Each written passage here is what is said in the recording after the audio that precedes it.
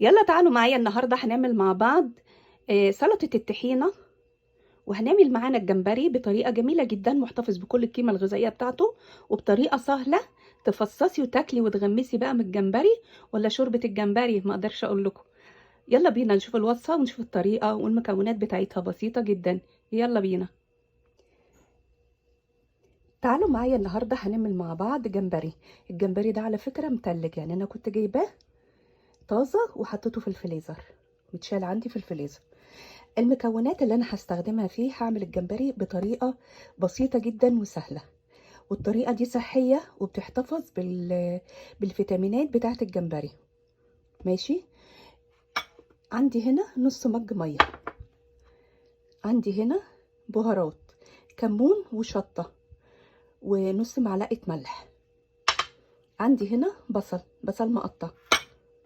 ماشي، قطعيه بالطريقة اللي انت عايزاها. الجمبري هنا متنضف ومغسول ومحطوط عليه خل وملح. حط عليه خل ابيض حوالي 5 معالق وملح. ماشي، ومتشال منه الشوكة الرملية. ماشي. دي المكونات. تعالوا بقى بينا نجيب القدر ونبدأ نعمل الطريقة. القدر اهو عندكم.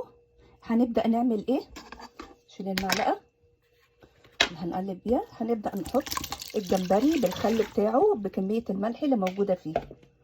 معلومة عايزة اقول لكم ازاي تعرفوا الجمبري اذا كان متلج ولا لا. لما بتتلجي الجمبري الراس بتاعته بتسود، بتسمر شوية، بتتأكسد. الفيتامينات اللي فيها الكالسيوم والفيتامينات والمغنيسيوم والحاجات دي بتتأكسد. الجمبري ده انا عاملاه زي ما هو، يا دوبك بس غسلاه غسلتين 3، وحط عليه زي ما قلت لكم 5 معالق خل ابيض او خل تفاح وملح. ماشي، هي دي الطريقة بتاعته. هنبدأ بقى، وهحط عليه كمان هنا نص ليمونة. هنبدأ بقى نحط كده البهارات. هنبدأ نحط كده البصل تقطعيه كبير بالطريقة اللي انت عايزاها. هوزع كده البصل. بعد ما نوزع هجيب عندي كده المية، وهبدأ اضيف المية كده داير ما يدور عشان البهارات والحاجة تخش. هرفعه كده على النار، هغطيه واحطه على النار. هيقعد على النار 15 دقيقة. هتعرفي ازاي ان هو استوى؟ هتمسكي حتة البصلة، لو الضفرك دخل فيها بسرعة تعرفي ان هو استوى. هحطه على النار ولما يستوي هوريه لكم.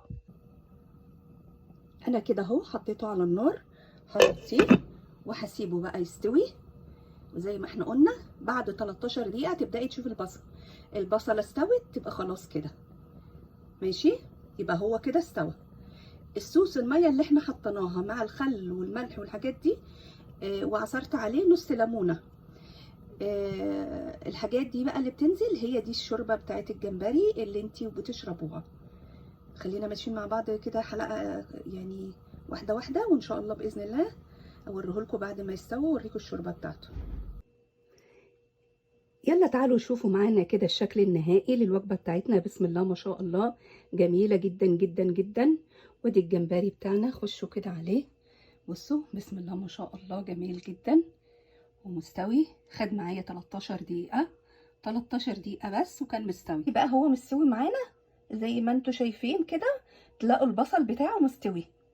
خشوا عليه كده وتملوا وتمتعوا، جميل جدا جدا. وادي سلطة الطحينة، وادي الشوربة بتاعتنا بتاعت الجمبري. طبعا بقى الفوسفور والدنيا كلها فيها والبهارات والدنيا. جربوا الطريقة بتاعتنا وان شاء الله بإذن الله هتعجبكم. رهيبة رهيبة رهيبة رهيبة.